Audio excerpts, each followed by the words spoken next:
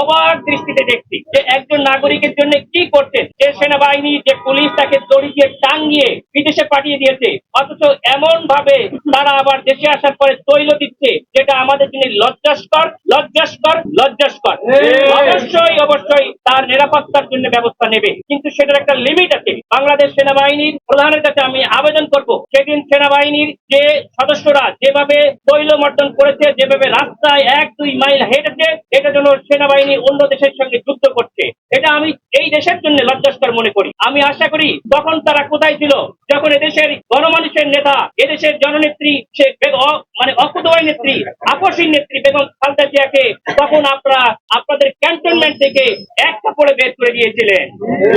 তখন তো আমরা দেখি না এভাবে পাহারা দিতে। সুতরাং আপনারা কারোর জন্য অতিরিক্ত করে আমরা আশা করি না। সরকারের টাকায়, সরকারের সীমাবদ্ধতায়, সরকারি আইনের মধ্যে থাকার জন্য তাদেরকে আমরা আহ্বান করব।